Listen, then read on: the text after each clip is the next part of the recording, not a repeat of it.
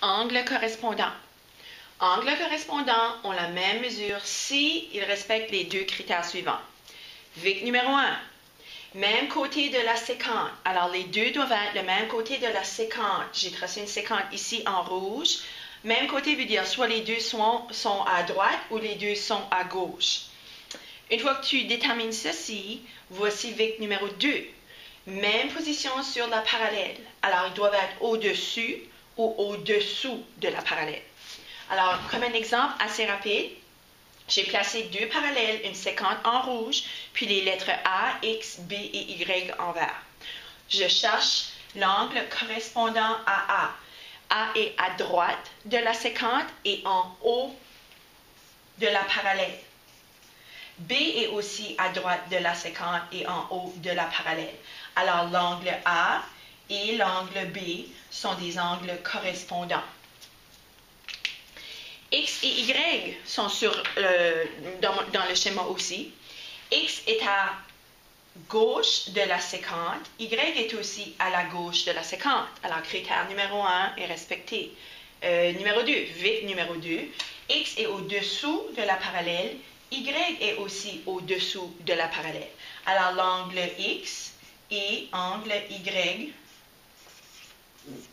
sont des angles correspondants.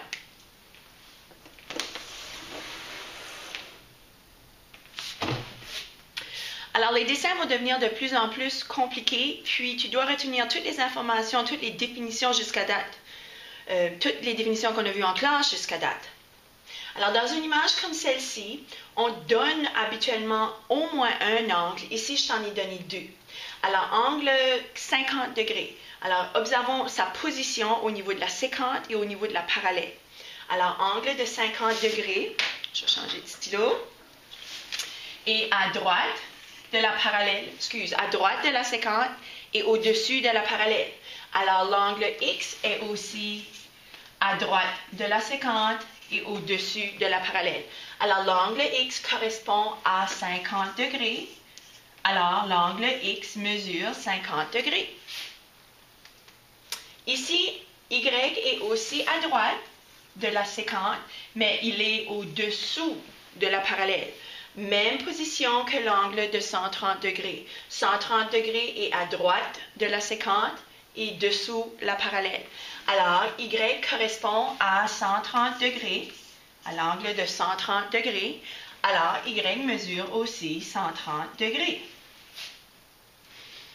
Ici, on a des angles identifiés avec des lettres majuscules, mais tes connaissances, surtout les définitions des angles correspondants, te permettent de trouver la mesure de certains angles sans avoir besoin de les mesurer avec ton rapporteur. Alors, l'angle ABC, ABC mesure 110 degrés.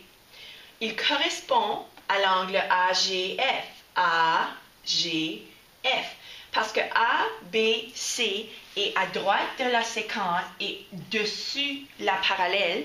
On va chercher l'angle qui a les mêmes critères, à droite de la séquente, au-dessus. On a des lettres majuscules, alors il faut toujours en avoir 3. On va reprendre le A pour nommer AGF. Alors, AGF mesure aussi 110 degrés, parce que ce sont deux angles correspondants, alors ils ont la même mesure. En vert, je ne suis pas certaine que tu peux bien voir, angle ABD. ABD mesure 70 degrés. Il est à gauche de la séquente et au-dessus de la parallèle.